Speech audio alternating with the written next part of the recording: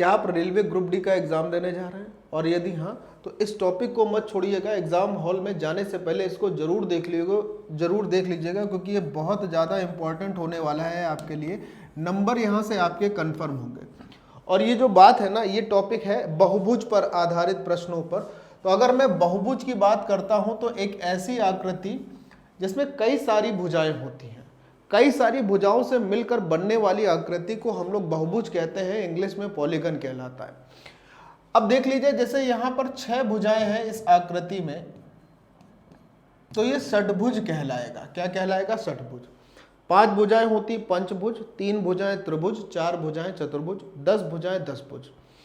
जब किसी दी हुई आकृति की सारी भुजाएं बराबर होती हैं, अगर भुजाओं की जो माप होती है, अगर वो भुजाओं की माप, बहुत ध्यान से सुनिएगा, वेरी इंपॉर्टेंट टॉपिक है और आपके नंबर यहां से कंफर्म होंगे। अगर भुजाओं की माप बराबर होती है तो हम उसके आगे सम लगा देते हैं, यानी कि तब ये सम बहुभुज कहलाता है। इंग्लिश में बोलते हैं रेगुलर पॉलीगन। ठीक, इस पर अगर मैं बात कर लेता हूं तो किसी भी बहुभुज के, आपको गिन के इस बहुभुज वाले टॉपिक में केवल और केवल 4 फॉर्मूले याद करने हैं, इसके अलावा कुछ नहीं याद करना है। किसी भी बहुभुज के, किसी भी पॉलीगन के सभी अंतः कोणों का जो योग होता है वो होता है 2n-4 गुणे 90 डिग्री। पहला फॉर्मूला बहुत इंपॉर्टेंट है। दूसरी बात आपको ये याद रखनी है कि किसी भी बहुभुज के एक अंतः कोण और एक बाह्य कोण का योग 180 डिग्री होता है। मान लीजिए अंतः कोण x है और बाह्य कोण y है, तो आप ये कहेंगे कि x प्लस वाई का जो मान होगा वो 180 डिग्री होगा। Very important. तीसरी इंपॉर्टेंट बात यह है कि अगर किसी बहुभुज में आपको भुजाओं की संख्या निकालने की आवश्यकता पड़ती है तो आप लिखेंगे 360 डिग्री बटे एक बाह्य कोण। एक चीज और समझिएगा कि किसी भी बहुभुज के सभी बाह्य कोणों का योग हमेशा हमेशा और हमेशा 360 अंश ही होता है। ठीक, और एक चौथा और आखिरी फॉर्मूला जो आपको इसमें सीखना है वो है कि बहुभुज में विकर्ण की संख्या, यानी नंबर ऑफ जो डायगोनल्स होते हैं बहुभुज में, उनकी संख्या क्या होती है? उनकी संख्या आप लोग याद करेंगे n-3/2। ठीक है, चलिए अब इस पर आधारित प्रश्नों को देख लेते हैं, बहुत ध्यान से समझ लेते हैं। केवल ये 4 फॉर्मूले आपको देखने हैं। अब क्वेश्चन देखिए कि कहां पर कैसे पूछे गए। एक सामान्य बहुभुज के सभी आंतरिक कोणों का योग 1440 अंश है, बहुभुज के कितने विकर्ण होंगे? बहुत ध्यान से समझना है। अभी आपने पढ़ा और आप हमेशा याद रखिए कि किसी भी बहुभुज के अंतः कोणों का योग 2n-4 गुणे 90 अंश होता है, और सवाल के हिसाब से ये 1440 डिग्री दिया हुआ है। देखिए, 0 से 0 को काट दीजिए, 9 से इसको काट लीजिए, 16 बार में आपके पास आ गया कि 2n-4 की वैल्यू अगर 16 है तो 2n का मान आपके पास 20 आ जाएगा और n की मान आपके पास 10 आ जाएगा। n जो आया है ये है भुजाओं की संख्या। अब यहां पर विकर्ण पूछ रहा था, तो विकर्ण क्या होता है, विकर्ण की संख्या कैसे निकालते हैं? तो लिखते हैं n-3/2। n की जगह आपको 10 रखना है। 10 में से 3 घटाएंगे तो आपके पास 7 बचेगा, बटे में 2 लिखेंगे। 2 से काट लीजिए 5 बार और 5 गुणे 7 यानी कि 35 इस सवाल का सही जवाब होगा कि बहुभुज में विकर्णों की संख्या जो होगी वो 35 होगी। क्लियर है? नेक्स्ट क्वेश्चन पर चलते हैं। देखिए क्या रहा है, 27 भुजाओं वाले बहुभुज में विकर्णों की संख्या क्या होगी? अब यहां पर डायरेक्ट आपको भुजाओं की संख्या दे दी है कि n का मान आपके पास 27 है। विकर्णों की संख्या पूछ रहा था, तो फिर से एक बार n-3/2 फॉर्मूला आपको इस्तेमाल करना है। n की जगह आप 27 रखेंगे, यहाँ पर 27 - 3 लिखेंगे और नीचे आ जाएगा आपके पास 2। 27 - 3 24 हो जाता है, तो यहाँ पर 24 लिख लीजिए। 24 और 24 को सर आप 2 से डिवाइड करेंगे 12 आएगा। अब आपको 27 गुणे 12 करके अपना आंसर बता देना है कि क्या आएगा। 12 × 7 = 84, 4 8, 12 दूनी 24 और 8 32। कितने विकर्ण होंगे? 324 विकर्णों की संख्या यहां पर आएगी और ये ग्रुप डी का क्वेश्चन है 2018 का। ठीक, नेक्स्ट क्वेश्चन देखते हैं। इस पर क्या पूछा जाता है कह रहा है बहुभुज के सभी आंतरिक कोणों का योग 1260 डिग्री है। अब आपसे पूछ रहा है बहुभुज में भुजाओं की संख्या क्या होगी, डायरेक्ट आपको सीखना होगा। फिर से आपको एक बार बता देते हैं कि बहुभुज में भुजाओं की जो आंतरिक कोणों का योग होता है वो होता है 2n-4 गुणे 90 डिग्री, और सवाल के हिसाब से ये 1260 आपको दिया हुआ है। 0 से 0 को काटिए, 3 से काट लीजिए 3 बार में, 3 चौको 12, 3 दूनी 6, 3 से काट लीजिए 14 बार में, यानी आपके पास 2n-4 का मान 14 आ गया है। 4 इधर जुड़ेगा तो 2n बराबर 18 होगा, और इस हिसाब से देखेंगे तो n का मान आपके पास 9 प्राप्त हो जाएगा। यानी इसमें भुजाओं की संख्या कितनी हो जाएगी, 9। यही आपसे इस सवाल में पूछा था। ये देखिए आपका अगला सवाल स्क्रीन पर आ गया है। एक साधारण अष्टकोण, अष्टकोण का मतलब ऑक्टागन यानी कि अष्टभुज की बात कर रहा है, ऐसा बहुभुज जिसमें 8 भुजाएं होंगी, कि आंतरिक कोणों का योग क्या होगा। सिंपल सी बात है, आपको बहुत ध्यान से समझना है। अगर ये बात अष्टकोण यानी कि अष्टभुज की कर रहा है तो उसमें भुजाओं की संख्या कितनी होगी, 8 भुजाओं वाला बहुभुज होगा।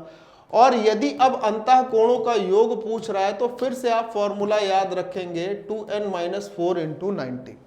n का मान आपको 8 रख लेना है, -4 और गुणे में आपके पास 90 आएगा। 8 दूनी 16, 16 में से 4 माइनस होंगे 12, 12 गुणे 90, 12 9 में 108 आएगा, और इसके आंतरिक कोणों का जो योग होगा वो 1080 की तरफ जाएगा। Option A correct answer. ये ग्रुप डी की परीक्षा 3 दिसंबर 2018 को शिफ्ट 3 का क्वेश्चन। नेक्स्ट आइए, एक सामान्य पंचकोण के प्रत्येक आंतरिक कोण का मान क्या होगा। यहां पे ये पूछ रहा है कि प्रत्येक आंतरिक कोण कितना होगा, किसका, सामान्य पंचकोण का, यानी कि एक ऐसा बहुभुज है आपके पास जिसमें 5 भुजाएं हैं। बहुत साधारण सी बात को आप समझ के चलिएगा कि अगर 5 भुजाओं वाला कोई एक बहुभुज है तो n का मान क्या रहेगा, सर n का मान 5 रहेगा।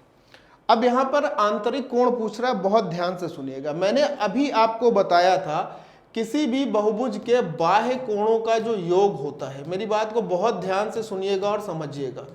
बाह्य कोणों का जो योग होता है हमेशा हमेशा और हमेशा 360 डिग्री ही होता है। बहुभुज की भुजाएं निकालने के लिए मैंने आपको बोला कि 360 बटे लिखते हैं एक बाह्य कोण, ये आपको याद होगा। बोले हाँ सर। n इधर भेज दीजिए, बाह्य कोण इधर लिख लीजिए, तो आपने लिखा एक्सटर्नल एंगल यानी कि बाह्य कोण, ठीक है, एक्सटर्नल एंगल बराबर 360 बटे में n लिख सकते हैं। n मतलब भुजाओं की संख्या जो कि कितनी है, 5। मैं 5 से विभाजित कर लेता हूं, 5 सत्ते 35, 5 दूनी 10, यानी कि किसी भी पंचभुज का, किसी भी नहीं, इस पंचभुज का जो एक बाह्य कोण आएगा वो 72 डिग्री आ जाएगा। हाँ या ना, बोले हाँ सर। आप ये भी पढ़ के आए हो कि एक अंतः कोण, ये चारों फॉर्मूले आपके लिए बहुत ज्यादा इंपॉर्टेंट है। एक अंतः कोण और एक बाह्य कोण का जो योग होता है, सम होता है, वो हमेशा 180 डिग्री होता है। इसमें आपका बाह्य कोण 72 डिग्री आ गया है, अंतः कोण आपको निकालना था बराबर 180 डिग्री। तो आप यहां से x का मान निकालेंगे कि 180 में अगर 72 घटा लेंगे तो 108 डिग्री जो होगा अंतः कोण हो जाएगा। ऑप्शन नंबर बी के साथ सही होगा जाना। नेक्स्ट क्वेश्चन पर चल लेते हैं। एक नियमित अष्टभुज के आंतरिक कोणों और एक नियमित द्वादश भुज के, द्वादश भुज का मतलब होता है ऐसा बहुभुज जिसमें 12 भुजाएं हैं, अष्टभुज का मतलब जिसमें 8 भुजाएं हैं, इनके आंतरिक कोणों का अनुपात क्या होगा, बहुत ध्यान से समझना है। एक तरफ लिखते हैं अष्टभुज की बातें और एक तरफ लिखते हैं 12 भुजाओं वाले यानी द्वादश भुज की बातें। बाह्य कोण का मान हमेशा 360 डिग्री होता है। अगर मैं इसमें 8 से भाग करूंगा तो अपने पास एक बाह्य कोण आएगा, और अगर मैं इसमें 12 से भाग करूंगा तो अपने पास एक बाह्य कोण आएगा। 8 से भाग करते हैं, 8 चौको 32, 4 बचेगा, 8 पंच 40, यानी इसका एक बाह्य कोण 45 डिग्री होगा। 12 त्याई 36, यहां पर एक बाह्य कोण 30 डिग्री होगा। एक आंतरिक कोण और एक बाह्य कोण का मान हमेशा 180 डिग्री होता है। तो अगर बाह्य कोण 145 डिग्री है तो अंतः कोण 135 अंश होगा। और अगर बाह्य कोण 30 डिग्री है तो अंतः कोण 150 डिग्री होगा, तभी ये जुड़कर 180 बनते हैं। यस और नो? जवाब दीजिए फटाक से। क्लियर है इतनी बात? बोले हाँ सर। आपसे पूछा था कि इनके आंतरिक कोणों का अनुपात क्या होगा, तो एक आंतरिक कोण है 135 और दूसरा आंतरिक कोण है 150, तो आप कहोगे कि 15 9 135 और 15 10 150, यानी कि आंतरिक कोणों का अनुपात 9:10 आएगा।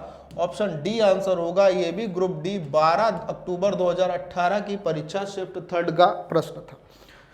बेहतरीन ढंग से मैं आपको समझा पा रहा हूं और आप समझ पा रहे हैं। एक क्वेश्चन देख लेते हैं। और कहता है एक नियमित बहुभुज के भुजाओं की संख्या जिसका आंतरिक कोण 150 है। तो भाई अगर आंतरिक कोण 150 है तो एक बाह्य कोण कितने डिग्री का होगा? 30। क्यों? क्योंकि दोनों का योग, एक आंतरिक कोण और एक बाह्य कोण का योग हमेशा 180 होता है। अब एक बाह्य कोण आपको पता चल गया तो भुजाओं की संख्या कैसे निकलेगी? 360 बटे एक बाह्य कोण का मान, तो 30, 0 से 0 काटिए, 3 से काट लीजिए 12, 3 से काट लीजिए 12, तो यहां पर भुजाओं की संख्या क्या आ जाएगी? इसके 12। Option number C. ये एनटीपीसी 2017 शिफ्ट 3 का क्वेश्चन था। उम्मीद करता हूं कि बहुभुज के जितने भी प्रश्न हैं, जितने भी टाइप थे, मैंने आपको कंप्लीट कराया। और बहुभुज पर अगर अब कोई प्रश्न आपके पेपर में आता है तो मात्र आपको 4 फॉर्मूले याद रखने हैं, उनसे सारे के सारे प्रश्न हो जाएंगे। तो उम्मीद करते हैं कि ये वीडियो आपको अच्छा लगा होगा और इसी प्रकार के आगे भी मैं वीडियोस के साथ आपके सामने उपस्थित होता रहूंगा। धन्यवाद।